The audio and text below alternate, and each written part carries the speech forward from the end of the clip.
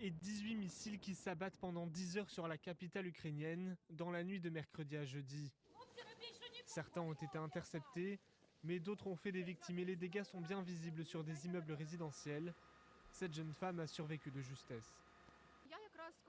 Au moment où tout s'est passé, j'étais dans le salon. J'étais près du balcon, près de la fenêtre, et j'ai vu une vieille dame et entendu un sifflement des deux côtés.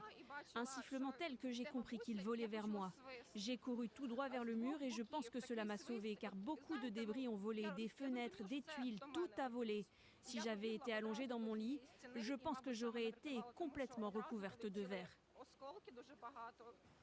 Il s'agit de la deuxième nuit consécutive d'attaques massives. La veille, plus de 700 projectiles avaient visé Kiev selon les autorités ukrainiennes. La plus grosse attaque depuis le début de la guerre. Dans le centre-ville, cette station de métro s'est transformée en refuge.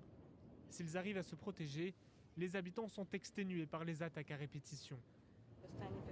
Depuis 1 mois et demi, je manque constamment de sommeil, car les attaques sont devenues beaucoup plus fréquentes. Il y a un an, les attaques de drones étaient une chose. Aujourd'hui, elles sont complètement différentes. Nous ressentons vraiment la fatigue. Face à ces attaques, l'Ukraine demande une nouvelle fois à ses alliés davantage de systèmes de défense antiaérienne.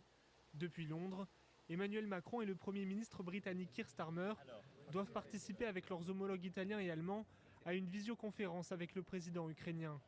Côté américain, le secrétaire d'État Marco Rubio rencontre le russe Sergueï Lavrov ce jeudi en Malaisie, alors que les négociations pour un cessez-le-feu sont à l'arrêt.